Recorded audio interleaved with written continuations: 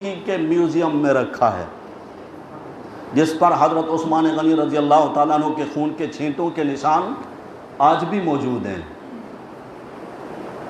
یہ مہینہ ہے ہی قربانیوں کا، یہ مہینہ ذی الحجہ کا ہے ہی قربانیوں کا، اور ہمارے قسمت میں انگریزی مہینوں کے حساب سے اگست کا مہینہ بھی آ گیا، تو آج 14 اگست کے حوالے سے آباء و اجداد کی قربانیوں کو بھی ذرا سامنے رکھیے گا کہ یہ وطن، یہ اللہ کی عظیم نعمت کتنی قربانیوں کے بعد حاصل کی گئی، جن کی آج ہمیں کوئی قدر نہیں۔ 5 صدی گزر گئی، جو مقصد تھا اس وطن عزیز کے حاصل کرنے کا، پاکستانی قوم وہ مقصد ہی حاصل نہیں کر سکی۔ کیا نعرہ لگایا تھا آباء و اجداد نے؟ پاکستان کا مطلب کیا؟ لا الہ الا اللہ ہی آج تک سمجھ میں نہیں آیا۔ لا الہ الا اللہ محمد الرسول اللہ کا مطلب تو یہ تھا حاکمیت اللہ کی ہوگی، قانون اللہ کا چلے گا۔ حضرت قائد اعظم سے کسی نے سوال کیا تھا، ملک تو الگ حاصل کر لیا ہے، دستور کا کیا کرو گے؟ فرمایا ہمیں دستور کی ضرورت نہیں، ہمارے پاس اللہ کا قرآن جو موجود ہے۔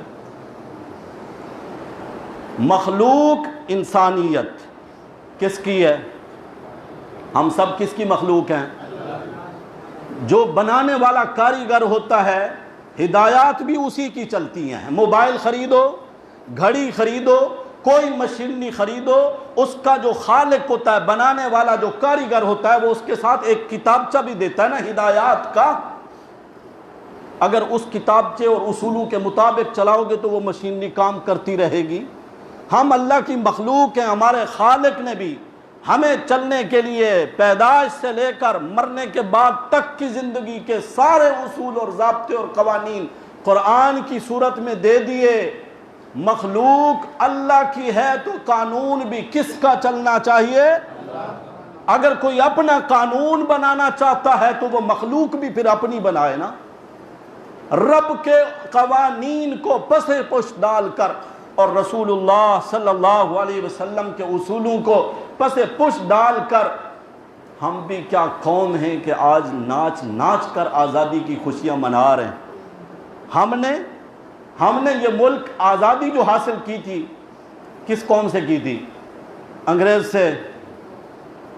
انگریز کے بوٹ سوٹ پھر ہم نے چھوڑ دیے ہیں، ان کے بینڈ باجے، انہوں نے تو آج تک ہمارا پیچھا نہیں چھوڑا۔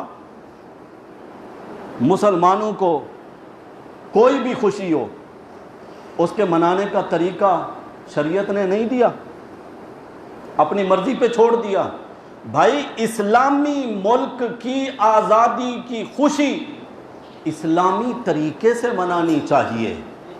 جملے میرے سمجھ رہے ہو؟ 90 تلے جملے بول رہا ہوں۔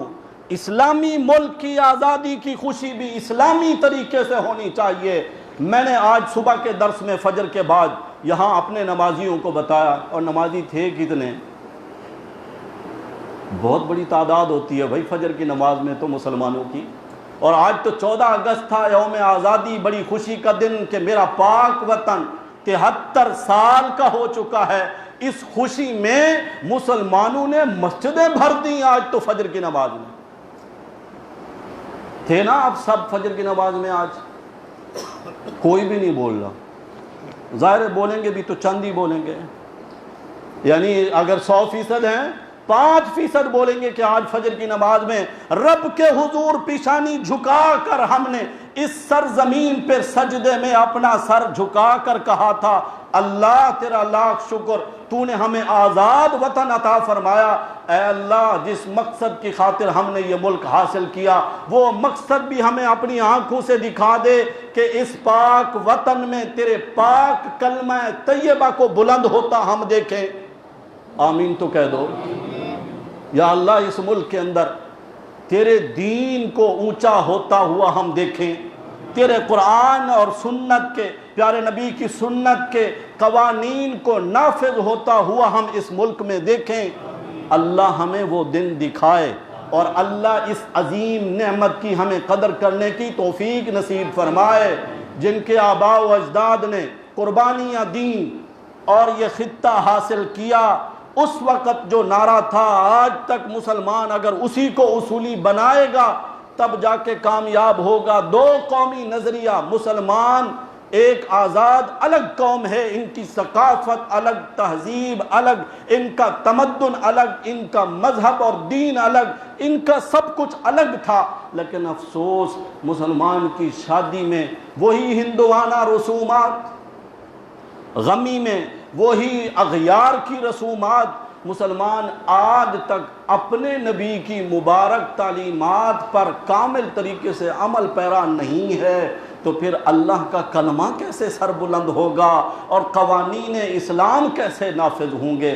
اللہ ہم سب کو سب سے پہلے اپنے اس 6 فٹ کے جسم پر اسلام نافذ کرنے کی توفیق نصیب فرما دے۔ اگر میرے جملے سمجھ آئے ہیں تو میں بڑے گہرے انداز سے آپ کو جھنجھوڑ رہا ہوں، اپنے مسلمان بھائیوں کو اور پاکستانی بھائیوں کو ہمیں چاہیے، اگر ہم پورے ملک میں نفاذ اسلام نہیں کر سکتے، اپنی ذات پہ نہیں کر سکتے، اپنی اولاد پہ نہیں کر سکتے، اپنے گھر میں نہیں کر سکتے، اپنی شادی غمی کی رسومات میں نہیں کر سکتے، ہمارا مذہب اسلام تو اتنا واضح ہے۔ میرے نبی صلی اللہ علیہ وسلم نے زندگی گزارنے کا ہر اصول اور طریقہ بتایا ہے۔ جس نبی نے تھوک پھینکنے کا طریقہ بتایا اور پاخانہ پیشاب کرنے کا طریقہ بتایا، اس نبی نے خوشی منانے کا طریقہ بھی بتایا۔ میرے نبی فاتح مکہ بن کر جب آئے، مکہ فتح جس دن ہوا، وہ دن مسلمانوں کے لیے اس سے بڑا خوشی کا دن کوئی نہیں۔ لیکن آپ دیکھیں حدیث کی کتابوں میں، سیرت کی کتابوں میں میرے نبی کا سر مبارک جھکا ہوا ہے، قصوہ نامی اونٹنی پر اللہ کے نبی سوار ہیں، سر جھکا ہوا ہے، زبان پر ترانہ اللہ کا کلام ہے، میرے نبی پڑھ رہے ہیں اِنَّا فَتَحْنَا لَكَ فَتْحًا مُبِينًا۔ داڑھی مبارک سر کے جھکنے کی وجہ سے اونٹنی کے پالان کے ساتھ لگ رہی ہے، میرے نبی عاجزی کے ساتھ داخل ہوئے، حالانکہ کل کو 8 سال پہلے رات کی تاریکی میں چھپ کر جانے والے میرے نبی آج تو فاتح کی حیثیت سے آئے تھے، سینہ چوڑا نہیں کیا، نعرے نہیں لگائے، جھنڈے نہیں لہرائے، میرے نبی نے عاجزی کا مظاہرہ کر کے دکھایا۔ جہاں رب کی نعمتیں زیادہ ہونے لگیں، وہ پھل ہیں جو درخت پہ آتے ہیں، اور جتنا درخت پہ پھل لگتے ہیں اتنا ہی زیادہ وہ جھکتا چلا جاتا ہے۔ جب ایک مومن کے اوپر بھی رب کے انعام زیادہ ہونے لگیں تو پھر مومن کو بھی عاجزی کا مظاہرہ کرتے ہوئے جھک جانا چاہیے۔ آج کا دن رب کے سامنے سر بسجود ہو کر شکرانہ بھی ادا کرنا ہے کہ آزاد خطہ اللہ نے ہمیں عطا فرمایا، حقیقت میں اللہ اس کو آزاد کر دے،